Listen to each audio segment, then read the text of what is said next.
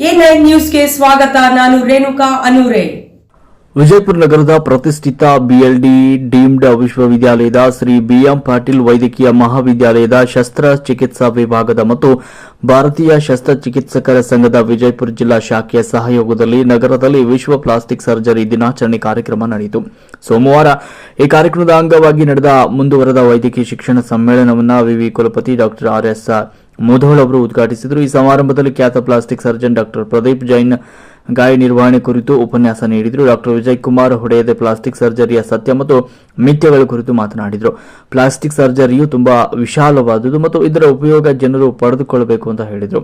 ನರಶಸ್ತ್ರ ಚಿಕಿತ್ಸಕ ಡಾ ಬಸವರಾಜ ಬಡದಾಳ್ ಅವರು ಪ್ಲಾಸ್ಟಿಕ್ ಸರ್ಜರಿ ಮತ್ತು ನ್ಯೂರೋ ಸರ್ಜರಿಯ ಕುರಿತು ಉಪನ್ಯಾಸ ಮಾಡಿದರು.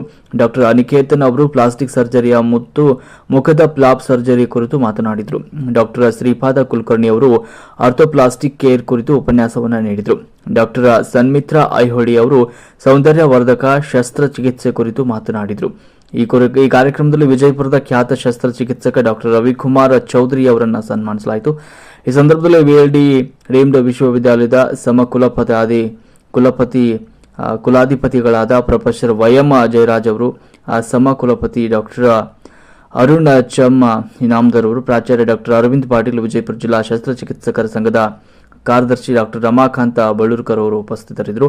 ಈ ಸಮ್ಮೇಳನದಲ್ಲಿ ಬಿಎಲ್ಡಿ ಡೀಮ್ಡ್ ವಿಶ್ವವಿದ್ಯಾಲಯದ ಶ್ರೀ ಬಿಎಂ ಪಾಟೀಲ್ ವೈದ್ಯಕೀಯ ಮಹಾವಿದ್ಯಾಲಯದ ಡೀನ್ ಫ್ಯಾಕಲ್ಟಿ ಆಫ್ ಮೆಡಿಸಿನ್ ಡಾ ತೇಜಸ್ವಿನಿ ವಲ್ಲಭ, ಉಪ ಪ್ರಾಂಶುಪಾಲ ಡಾ ಎಂಬಿ ಪಾಟೀಲ್, ಜಿಲ್ಲಾಸ್ಪತ್ರೆಯ ಡಾ ಆನಂದ್ ಜಳಕಿ, ಡಾ ನಿಶಿಕಾಂತ್ ಗುಜರ್, ಡಾ ಸಂತೋಷ್ ನಂದಿ, ಸಹ ಪ್ರಾಧ್ಯಾಪಕ ಡಾ ಗಿರೀಶ್ ಕುಲ್ಲೋಳಿ, ಡಾ ವಿಕ್ರಮ್ ಸಿಂದಗೀಕರ್, ಡಾ ದೀಪಕ್ ಚೌಹಾಣ್, ಡಾ ದಯಾನಂದ್ ಬಿರಾದರ್, ಡಾ ಸಂಜೀವ್ ರಾಠೋಡ್, ಡಾ ಮಂಜುನಾಥ್ ಸಾವಂತ್ ಮತ್ತು ಶ್ರೀ ಬಿಎಂ ಪಾಟೀಲ್ ವೈದ್ಯಕೀಯ ಮಹಾವಿದ್ಯಾಲಯದ ಆಲಮೀನ್ ವೈದ್ಯಕೀಯ ಮಹಾವಿದ್ಯಾಲಯದ ಜಿಲ್ಲಾಸ್ಪತ್ರೆಯ ಶಸ್ತ್ರಚಿಕಿತ್ಸೆ ವಿಭಾಗದ ಸ್ನಾತಕೋತ್ತರ ವೈದ್ಯಕೀಯ ವಿದ್ಯಾರ್ಥಿಗಳು, ಕಿರಿಯ ಅವರು ಸಂದರ್ಭದಲ್ಲಿ ಕಿರಿಯ ವೈದ್ಯರು ಭಾಗವಹಿಸಿದರು.